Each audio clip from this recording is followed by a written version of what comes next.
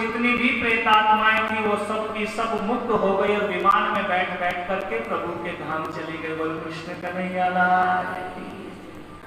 ये लीला तो अत्यंत आश्चर्यजनक। महाराज इस लीला को भी जाकर के सबने उमरकोट गांव में अपने अपने घर में जाकर के बताया, लेकिन फिर वही बात कि किसी ने उन बच्चों की बात पर विश्वास नहीं किया। और इस प्रकार अनेक सदगुरु श्री देवचंद्र जी महाराज अपने द्वारा चमत्कारी लीला करते रहे और स्वतः भी अपने आप में भी श्री देवचंद्र जी महाराज ने लीलाओं को देखकर आश्चर्यचकित रहते थे कि मेरे द्वारा ऐसी लीला होती है, इसका मतलब जरूर कोई ना कोई दिव्य शक्ति है जो मेरे द्वारा इन लीलाओं को कर रही है। अब महाराज इस प्रकार समय बीतता गया और समय बीतते बीतते हुआ क्या, जब भया बरस 11 माह तब मन उपजोए विचार, मैं कौन कहाँ ते आया, कहाँ मेरो भरतार।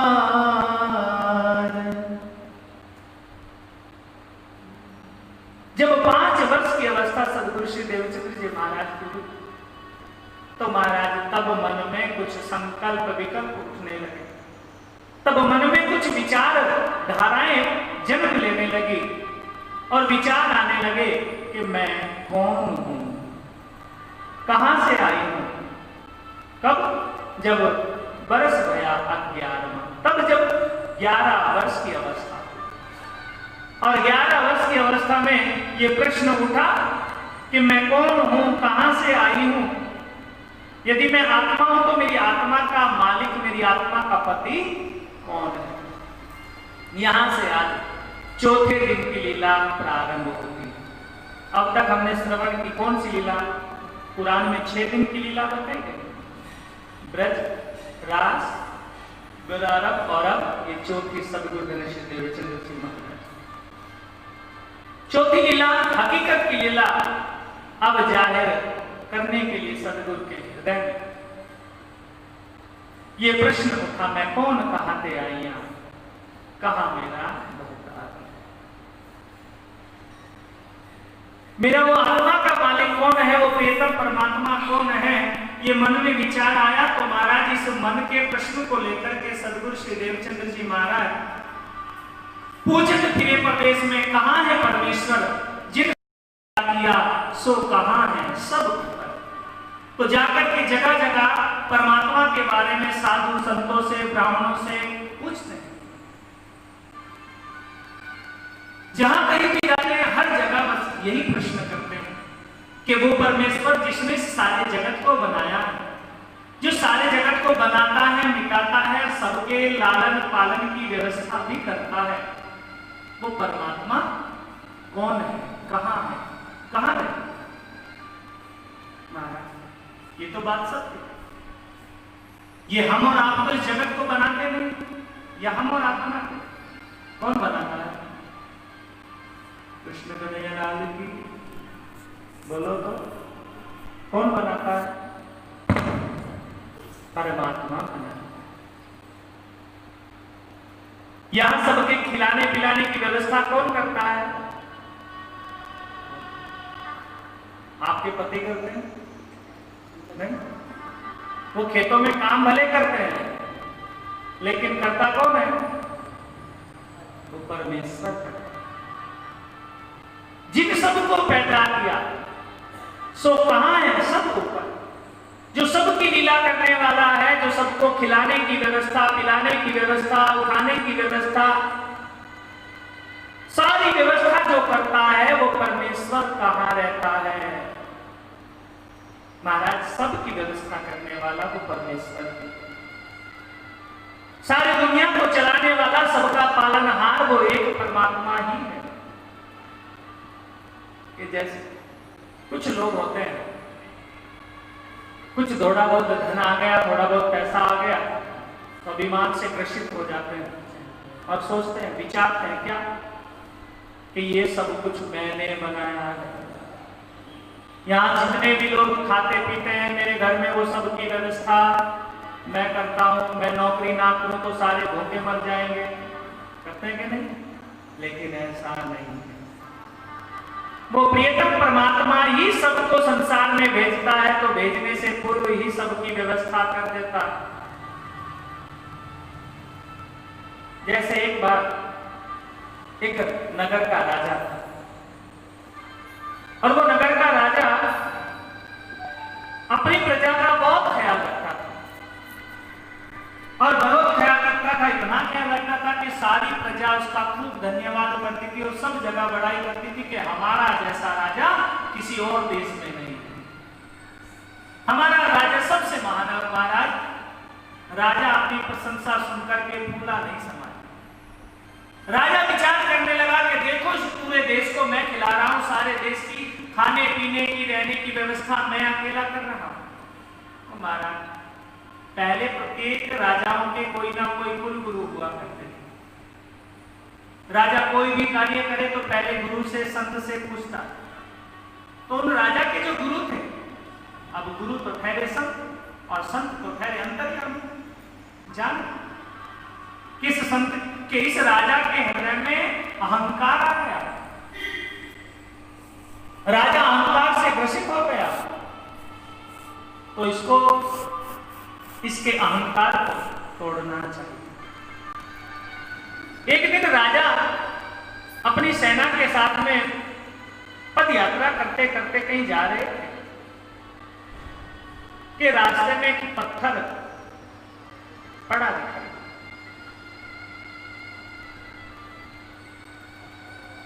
तो राजा ने कहा इसको रास्ते से हटा दिया। उनके गुरु ने कहा नहीं नहीं,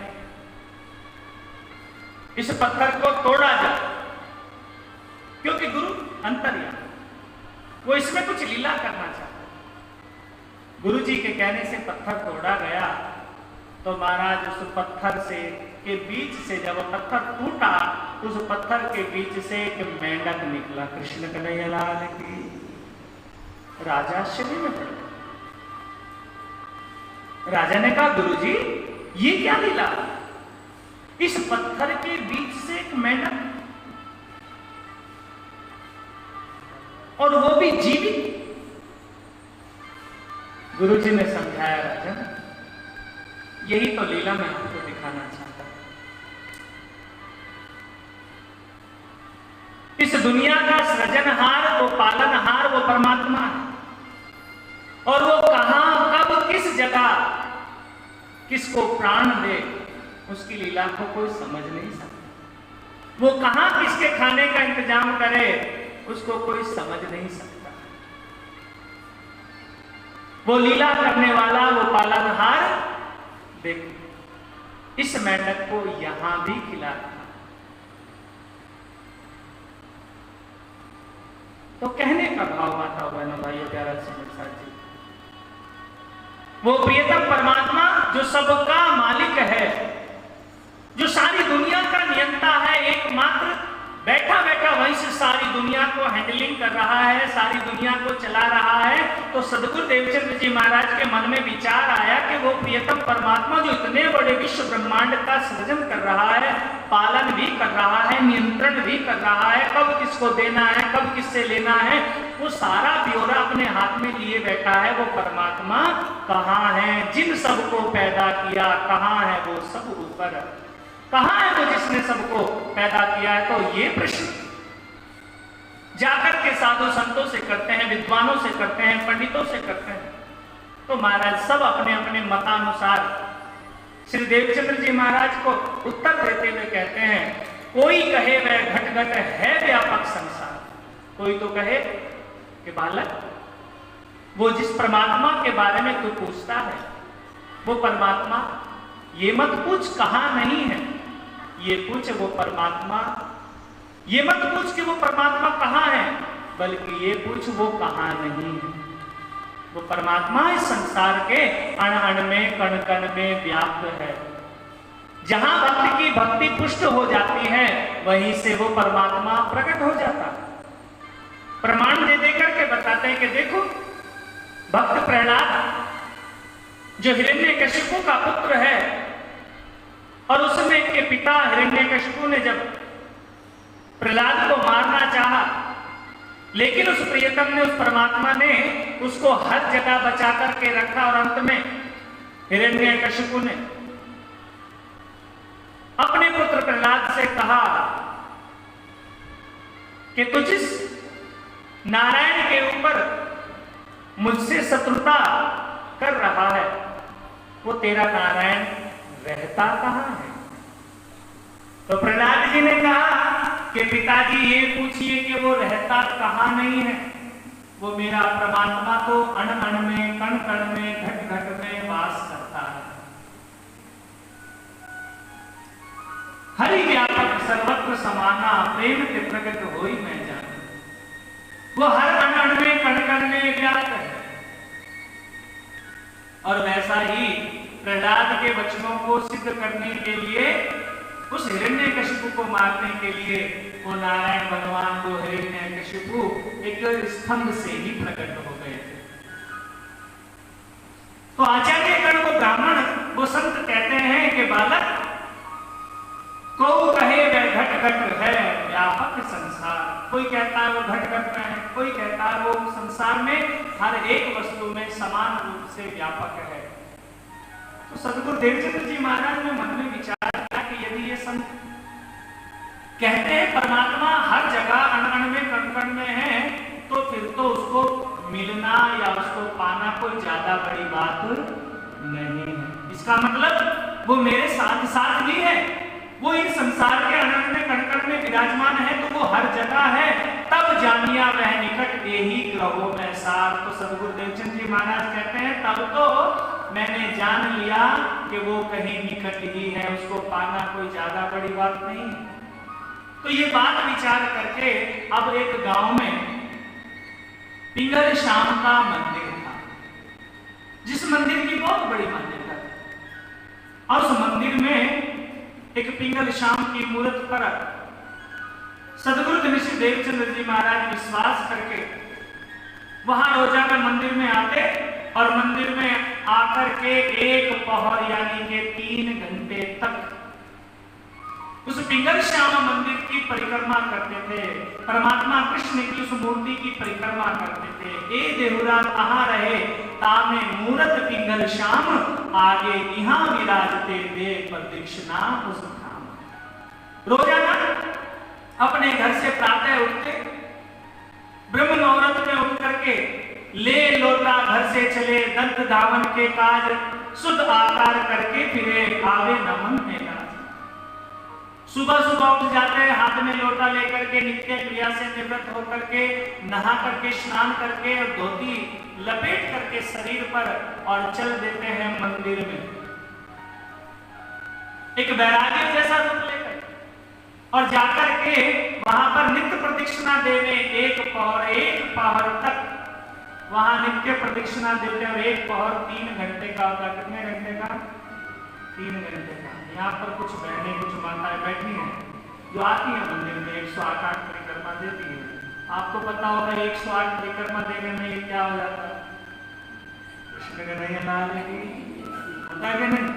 अब जो 3 घंटे परिक्रमा देते होंगे, आप उनकी वैराग्य दशा को पहचानिए, उनकी वैराग्य दशा क्या होती होगी जो 3 घंटे तक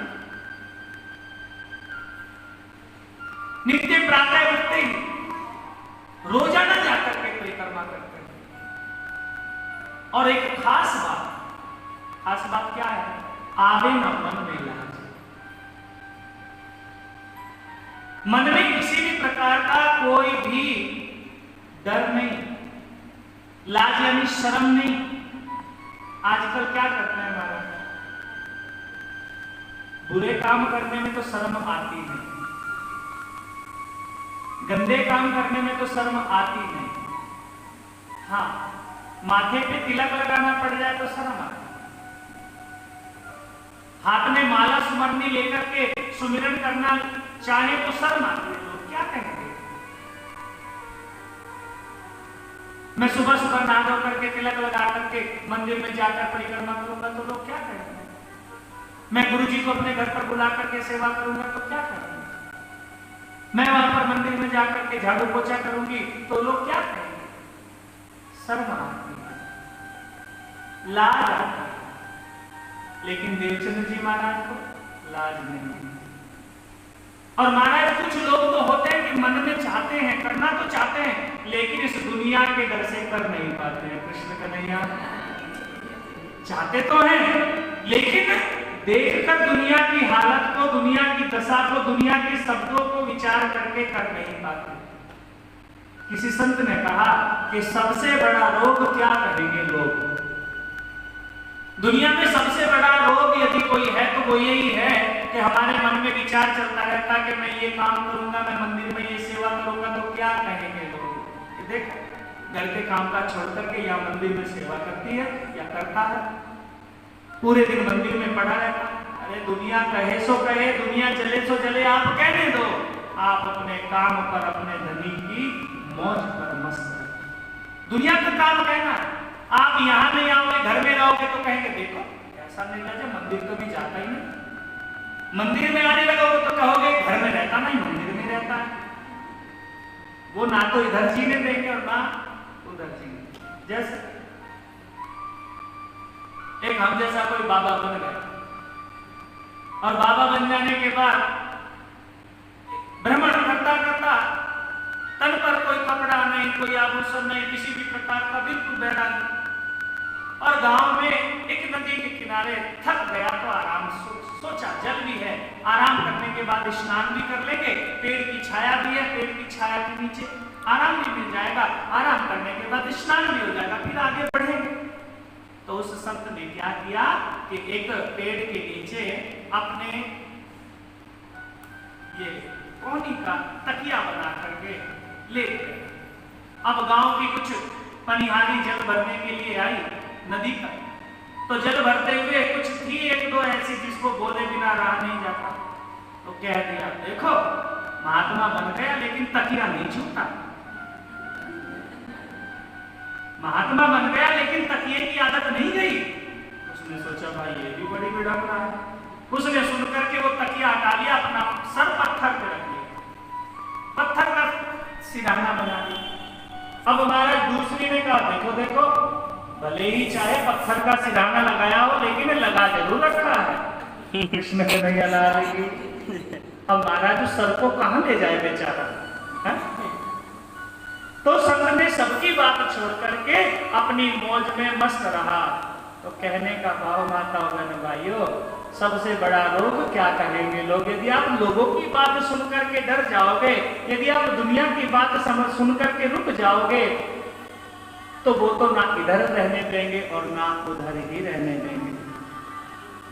इसलिए श्री देवचंद्र जी महाराज किसी की लोक लाज मर्यादाओं से डरते नहीं है कि छोटा सा बालक है, सुबह सुबह इतनी परिक्रमा देता है, लोग क्या कहेंगे। नहीं, किसी की लोग लाज नहीं है। आवे ना मन में लाज, कोई मन में लाज नहीं, कोई शर्म नहीं, बस अपने प्रियतम परमात्मा की भक्ति में लगे हैं। उस परमात्मा को पाने की लगन मन में लगी हुई है और उनकी चरण स्मृति में रमे।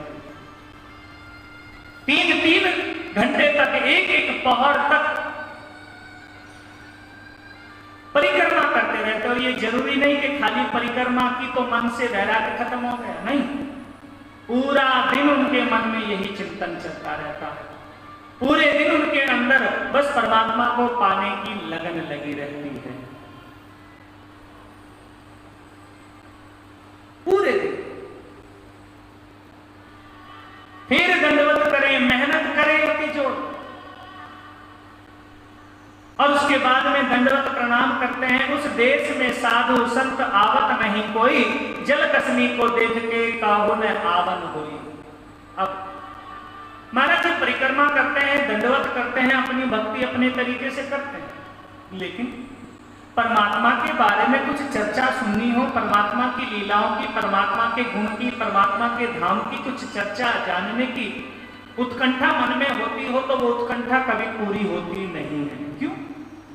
क्योंकि महाराज इन सब का जवाब देने वाले साधु संत विद्वान लोग होते, परंतु उस गांव में एक विडंबना, उस देश में मारवाड़ में एक सबसे बड़ी विडंबना कि यहाँ पर कोई साधु संत कभी आता ही नहीं, और कभी एक बार कोई आया तो दोबारा तो कभी आता ही नहीं। क्यों?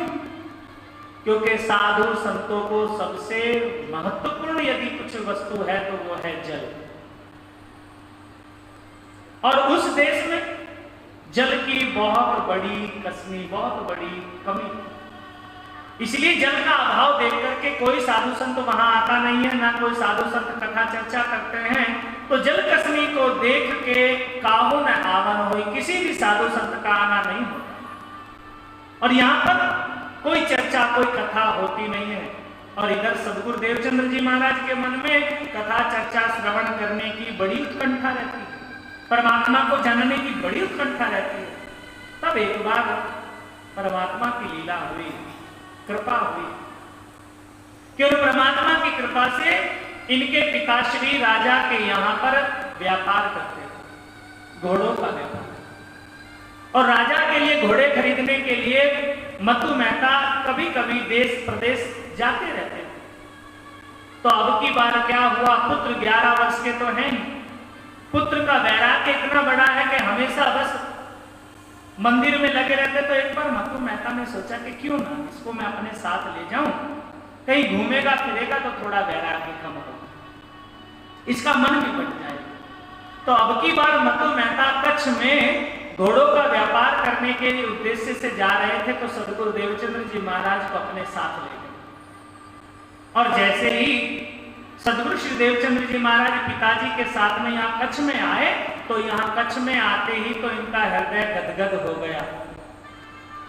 इन्होंने देखा कि यहाँ पर कच्छ में इतने मंदिर हैं, इतने मठ हैं, इतने साधु हैं, इतने संत हैं कि जगह जगह पर कहीं राम कथा हो रही है, कहीं कृष्ण कथा हो रही है, कहीं पर साधु संत भजन में लीन है, कहीं योग क्रिया चल रही है। जहां देखो साधु संत मठ मंदिर दिखाई देते हैं। कहां देव साधु बहुत देखे बीच विदेश, यहाँ विदेश में यानी कि यहाँ कच्छ में आकर के इन्होंने इस प्रकार की लीला देखी, संतों का दर्शन किया तो मन अत्यंत प्रसन्न हो गया। और उसी दिन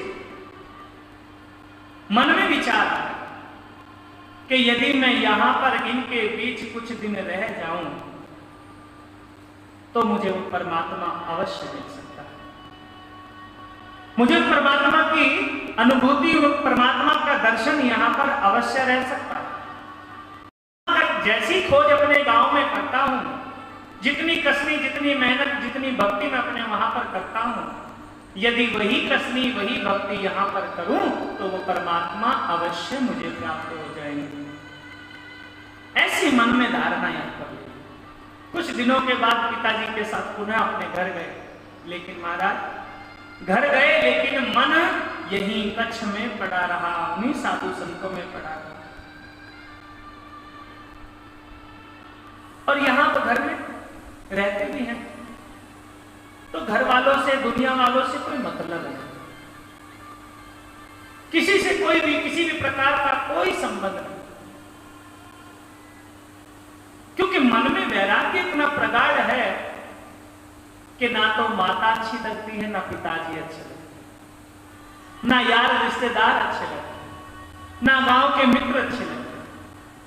इसीलिए घर में खटपट रहे, मन में वैराग, दुनिया से बैर रहे, उन्हें देखे लगे आग। दुनिया वालों को तो मानो यदि दर्शन भी हो जाए तो देखते ही मन में एक ज्वाला सी प्रकट हो जाती है कि ये मेरे और भगवान के, मेरे भक्त के बीच में आकर के प्रकट हो गया है। ऐसा मन में विचार करके उनसे कभी किसी भी प्रकार का कोई वार्तालाप नहीं देते। अब महाराज माता पिता की एक अकेली संतान हो और वो संतान भी बाबा बन जाए या बाबा बनने के लक्षण उसमें दिखाई दे तो माता पिता को कैसा लगेगा? कैसा लगेगा? अच्छा लगेगा? नहीं लगेगा? क्यों? बाबा बनना तो अच्छी बात है, बाबा बनना अच्छी बात है, लेकिन महाराज दूसरों के बने तो अच्छी बात है, अपना नहीं बनना चाहिए। कृष्ण का नैया लगाने के लिए हमारा तो क्या बनना चाहिए? डॉक्टर बनना चाहिए, हमारा तो इंजीनियर बनना चाहिए, हमारा तो पायलट बनना चाहिए। दूसरों के बने तो बने, हमारे नहीं। हमें कथा भी सुननी है लेकिन अपने बालक को बाबा नहीं बनाना है। हमें कोई दुख तकलीफ हो तो आशीर्वाद भी चाहिए लेकिन अपना बाबा नहीं बनाना है। होता क्या नहीं? सबकी बात। अपने को कोई नहीं बनाना चाहता। बाबा सबको चाहिए, साधु सबको चाहिए, कथा सबको चाहिए, वचन सबको चाहिए, आशीर्वाद सबको चाहिए, लेकिन अपना पुत्र नहीं चाहिए बाबा रूप में। किसी और का हो तो चलेगा, अपना नहीं। तो यही है, अकेले पुत्र हैं लेकिन वो भी वैराग दशा को प्राप्त हो रहे। तो महाराज मधु मेहता और माता कुंवरबाई के हृदय में कुछ खटपट सी होने लगी, कहीं ऐसा ना हो कि इतने दान करने से, इतने तप करने से, इतने यज्ञ करने के द्वारा ये हमें पुत्र मिला है और ये भी कहीं हमें छोड़ कर ना चला। तो अपने रिश्तेदारों को समझाते रहे, भाई हमारी तो सुनता नहीं है, आप ही कुछ कह करके देखो। तो सब आ करके समझाते, देश सिखापन बहुत कर कर थके सब कोई, पर ए फिराए क्यों फिरे कहे समझावे सोई। सबने आकर के समझाया, सबने आकर के शिक्षा दी कि पुत्र ये तुम्हारी जो अवस्था है ये पढ़ाई लिखाई करने की है, अपनी माता पिता को सुख देने की है, ये उम्र तुम्हारी भक्ति करने की नहीं है। ये तुम्हारी उम्र जो है भक्ति करने की नहीं है। भक्ति करने के लिए तो बुढ़ापा आएगा, तब बुढ़ापे में बैठ करके भजन करना। ये बचपन तो तुम्हारा खेलने कूदने का है, अपने माता पिता की सेवा करने का है, घर गृहस्थी बसाने का है, अरे भजन करना है, ये भक्ति करनी है। तो जब बुढ़ापा आएगा तब बुढ़ापे में खूब भजन कर लेना। कौन कह रहा है? दुनिया का। लेकिन महाराज जो सिखा रहे हैं, जो समझा रहे हैं, क्या उन्होंने बुढ़ापा देखा? क्या किसी ने देखा बुढ़ापा? के बुढ़ापा निश्चित है आएगा? बोलो, जरूरी है कि बुढ़ापा आ जाए? नहीं, कोई नहीं कह सकता। और चलो मान भी लिया कि बुढ़ापा आ ही जाएगा, चलो मान भी लिया कि हमारी उम्र पूरी है और हम बुढ़ापे में बैठ करके भजन भी कर लेंगे, तो किस प्रकार, कैसे? विचार करो। कितनी उम्र मानते हो अपनी? कितनी उम्र होगी? 100 साल मान लो आपकी उम्र। वैसे तो आजकल कुछ भरोसा नहीं है, कोरोना ऐसा आया कि किसी का कुछ नहीं कर सकते, पर फिर भी चलो 100 वर्ष की उम्र आप मान भी लीजिए कि 100 वर्ष की उम्र हमारी है। तो 100 वर्ष की उम्र में आप हिसाब लगाइए कि भजन करने के लिए आपके पास में कितना समय है। 100 वर्ष की आयु, जन्म लिया, जन्म से लेकर के 20 वर्ष की अवस्था तो खेलने कूदने और पढ़ाई लिखाई में चली गई, खत्म। अब कितनी बची? 80 वर्ष। उस 80 वर्ष में 25 से 50 तक की उम्र घर गृहस्थी में निकल गई, बच्चों के लालन पालन में, बच्चों की पढ़ाई लिखाई में निकल गई। कितनी बची? 50। अब 50 से चलो भाई, अब आगे की जो उम्र बची 50 वर्ष की, तो उसको हिसाब से आप पहले ही निकाल कर रखें। क्यों?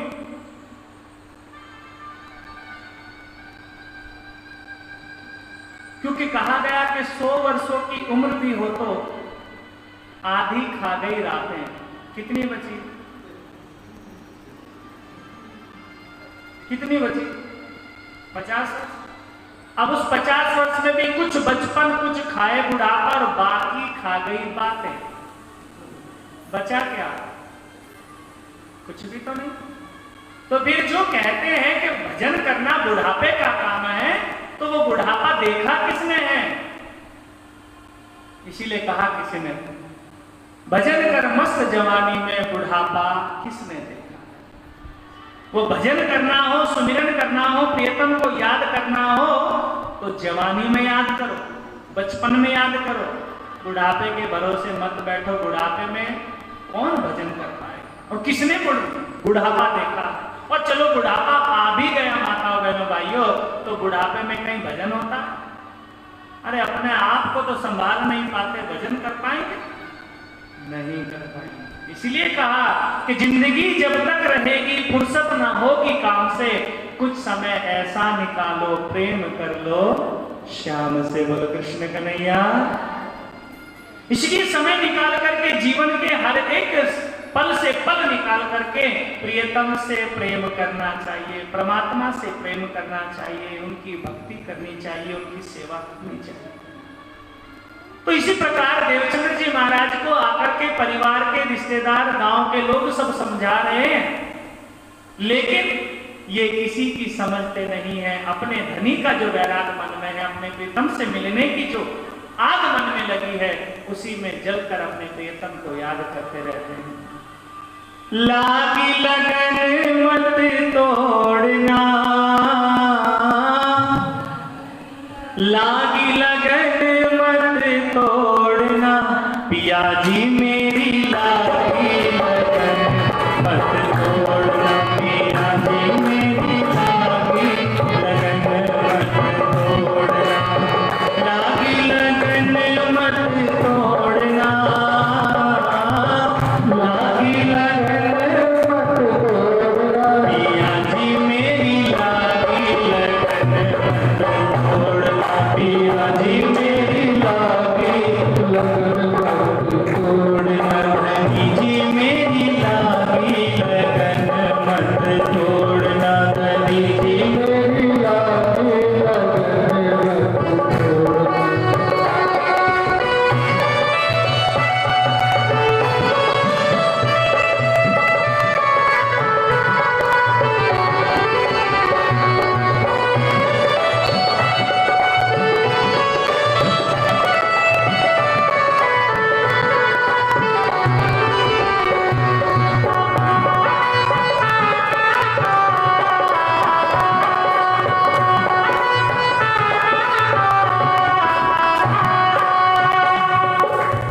गहरी नदियाँ नाव